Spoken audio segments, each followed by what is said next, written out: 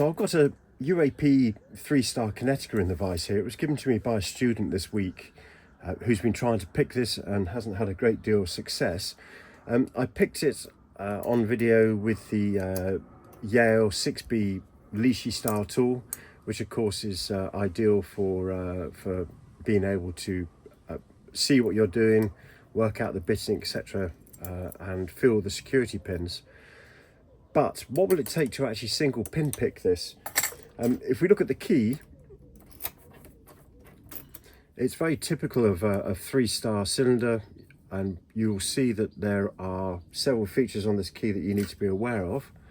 One is that pin 2 here is effectively a guard pin. It's not quite a zero lift, but it's very low lift. So you only need to touch that to be able to get this pin set. And then if you look further on in the lock here, you can see that pin 6 is a really deep set pin. And that means that when you try and pick this, whatever you're doing inside the lock here to set pin 6 may stand the chance there of over setting pin 2. And that locks are obviously designed that way. So the pick will be here. And you can see that this pick will just about set that without interfering with pin 2. These particular picks, this is the Andrew Law lock pick set, and these to my mind are the very best for picking 1-star and 3-star locks. There's no two ways about it. There's a really nice selection of hooks and alternative profiles in there, not to mention the fact that they're quite thin and flexible, which means that you're able then to pick around the warding, the paracentric warding in locks like this. If I was to use bottom of the keyway tensioning with a wiper insert, you can see that that's actually going to get in the way of what we're trying to achieve here. I won't be able to, for example, introduce the pick at an angle and then introduce it to the top of the pins, which you may well have to do when you start using deeper hooks to set the pin at the back there. So bottom of the keyway tension probably isn't the best solution, but then the Law Lock tools top of the keyway tensioners are excellent. So you can see this particular one here, which is a 1mm, will fit in there quite nicely, nice and snug, and hold that tension there for me while I'm picking it. So what I'm going to do is I'm going to probably start with a deepish hook to reach all the way to the back of this cylinder and set the pins at the back. And then as I come towards the front, or if it goes into a full set, I'm then probably going to swap over to this rounded tip pick here, which will then allow me to have a little bit more feeling, and also a little bit easier for pressing down on spool pins to get the lock open. By all accounts, this has a couple of spool pins in it, and the rest of them are T-pins. So it's going to give up a bit of a battle, I'm sure, a bit of a fight. So let's just pick the tension up here, and I'm just going to be very gentle on this. I'm not really going to be applying a huge amount of tension, because you want to be able to feel the pins set, and if you've got too much tension on there, you'll be applying too much force. You can damage the picks. Not only that, but you can easily push the pin too far, and because they're T-pins, if it goes down too far, then you're going to have to reset the lock.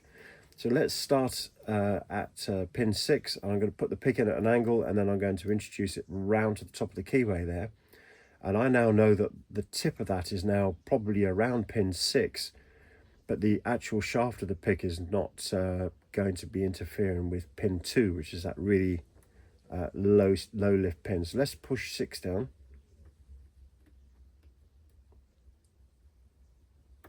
There we go, that's gone down.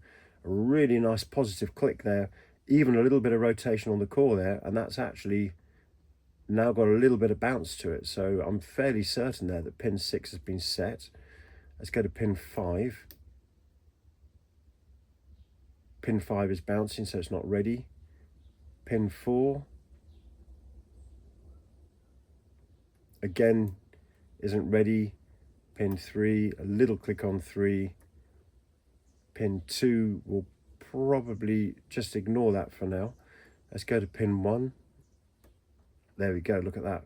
I've just literally touched pin 1 now, and I've gone straight into a full set on here.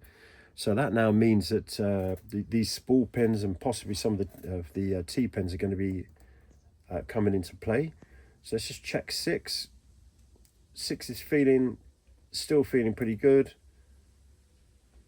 5 isn't giving me any feedback. 4's giving me a little bit of counter rotation there. Just a fraction, but it's not really giving me a massive amount. So here we go. There's pin 3's giving me lots of counter rotation, and that's now set. So I relax the tension, let the core rotate around and do its own thing.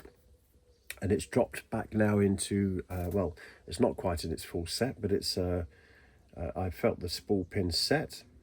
So let's go back through the lock again now. Let's go to 6. 6 had come up. That's now gone back down again. I can feel a little bit of set bounce on that. There's 5. Pin 4 has come up quite a way. We'll push pin 4 down. Pin 3 is set. Pin 2 and pin 1. Okay, so I'm going to swap the pick over now for something that I think gives me a lot more feedback in this lock now that we're at this particular stage. So we're going to go all the way to the back of the lock again. Going to have a feel for 6. It's still bouncing. 5 feels set. 4 is high. So let's push 4 down and see what happens.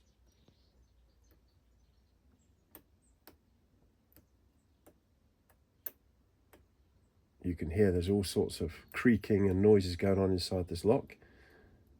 Not really getting a massive amount of feedback through the pick handle, to be honest. Let's come back to the front.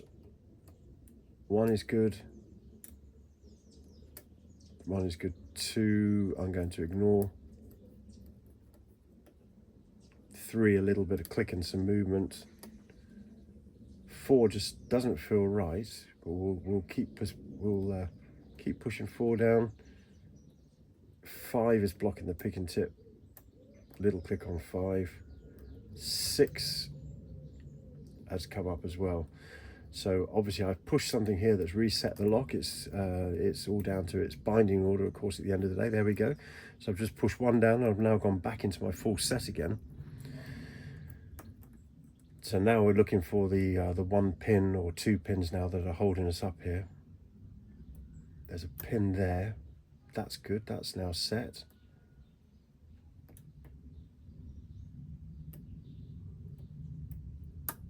Nice bit of counter rotation there and a good click. Not sure what pin that was. Come back to the front. 1. Just touch 1 again. Oh, there we go. We've got our really deep full set back again. 1, 2, 3 feels high. Nice click on 3. 4.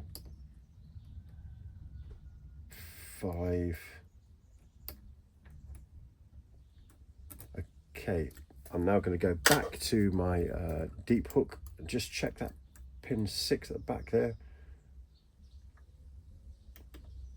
Pin 6 is definitely set. 5. Pin 4 is now definitely set. That would just need a little nudge down. 5, 4. Pin 3. One of these is giving me this decent full set here, so we'll just see if we can find out which one it is. There we go. I've just set 1 and it's gone even further now round, so we're really hung up on a pin somewhere now. Even more now. I've just hit 6 and you can see that we've gone right the way round. Let's hope that's not a T-pin that the lock's hanging on. 6. Oh, there we go. So we got it. So basically it was possibly a T-pin, and it was just the top of that T-pin that was holding that cylinder from the core from rotating. Now what you will notice, of course, is this has a particular type of cam which has a spring in there to protect it. It means that this side of the cylinder is always in contact, and this side of the cylinder obviously needs to have the key inserted into there for it to be able to pick that up. Now there's two ways we can do this. Excuse me, reaching through. I'm just going to grab hold of a cut down key and see whether that's going to pick the cam up for me. So I've got a set of cut down keys here. It's a Yalish type profile. So if we pop that in there, of course, at this stage, what we don't want to do is reset the lock, and that's not picking the cam up. So if we take that out, I'm now going to put a pick in here, right up at the back there, and see whether I can grab the cam. And that hasn't grabbed it just yet, so we'll try that again. This time we'll take it really close to being reset. And there we go, the cam's started to move now. Hopefully that's moved enough for us to be able to pick it up with the cut down key.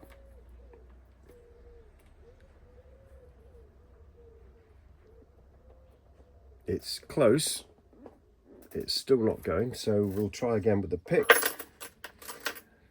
And this is basically what these cylinders are designed to do. They are designed to make your job on the door as hard as possible.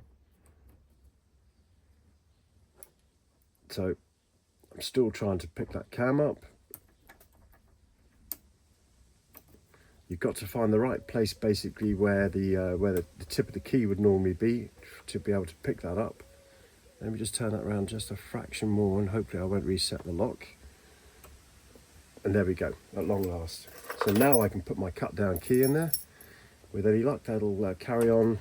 There we are. So we've now got the cam in a very positive way, and we're going all the way around, and then obviously now we've got the lock open.